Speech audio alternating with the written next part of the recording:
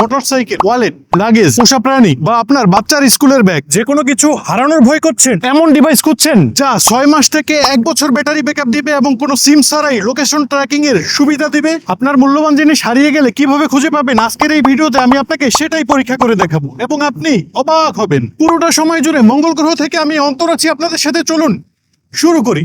এটা একটি 5 টাকার কয়েনের চেয়ে সামান্য বড়।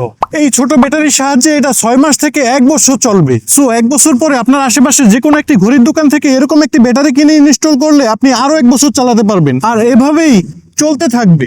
আপনি যে কোনো কিছু ট্র্যাকিং করতে পারবেন কোনো সিম ছাড়া। এমনকি আপনাকে কোনো মাসিক বিল দিতে হবে না। একবার কিনলে লাইফ টাইম ফ্রি ব্যবহার করতে পারবেন।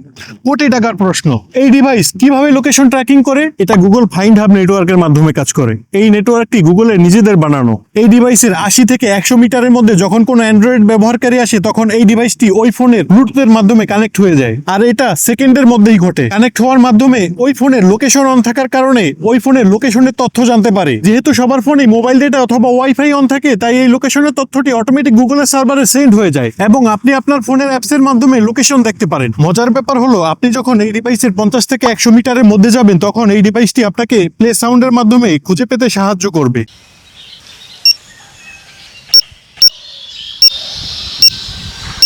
যা মোটামুটি 10 ফিট থেকে শোনা যায়। এছাড়া এই সার্কেলটি দেখতে পাচ্ছেন, আপনি যত এই ডিভাইসের কাছাকাছি যাবেন এই সার্কেলটি তত ফিল আপ হবে এবং আপনি যত এই ডিভাইস থেকে দূরে যাবেন ততটাই এই সার্কেলটি ছোট হতে থাকবে। এই দুইটি সিস্টেম আপনাকে এই ডিভাইসটি সহজেই খুঁজে পেতে সাহায্য করবে। এটা বাস্তবে কতটা কাজ করে সেটা আমি পরীক্ষা করব ঢাকা শহর থেকে গ্রাম পর্যায়ে। টেস্ট করার সময় আমার নিজের ফোনের লোকেশন অফ ছিল। ভিডিওটি অনেক লম্বা হয়ে যাবে, তাই প্রথমে আপনাদেরকে দেখাবো লোকেশন, তারপরে ডিভাইস এবং তারপরে ম্যাপের লোকেশন দেখাবো। চলুন প্রথমে ঢাকা শহরে টেস্ট করি। মিরপুর 10, এই হচ্ছে ডিভাইস, এই হচ্ছে ম্যাপের লোকেশন, এই হচ্ছে শাহবাগ, এই হচ্ছে ডিভাইস, আর এই হচ্ছে ম্যাপের লোকেশন। এখন প্রত্যন্ত গ্রামের উপজেলা লেভেলে চেক করব। এই হচ্ছে ডিভাইস যা ম্যাপে ডামুড্ডা জামে মসজিদ নামে পরিচিত, আর বাস্তবে সাব রেজিস্ট্রি জামে মসজিদ। এই হচ্ছে ডিভাইস, এই হচ্ছে গোসেরহাট বাজারের লোকেশন, আর এই হচ্ছে গোসেরহাট বটতলা বাস স্ট্যান্ড। এই পর্যন্ত এমন চমৎকার ডিভাইসের কথা আপনি হয়তো শুনেন নাই। আপনার যদি কোনো প্রশ্ন থাকে তাহলে সরাসরি আমাকে জিজ্ঞেস করতে এই নাম্বারে ফোন করুন, আর 100% অথেন্টিক ডিভাইস কিনতে নিচের অর্ডার নাও বাটনে ক্লিক করুন। মনে রাখবেন, মার্কেটে অনেক ডুপ্লিকেট প্রোডাক্ট রয়েছে।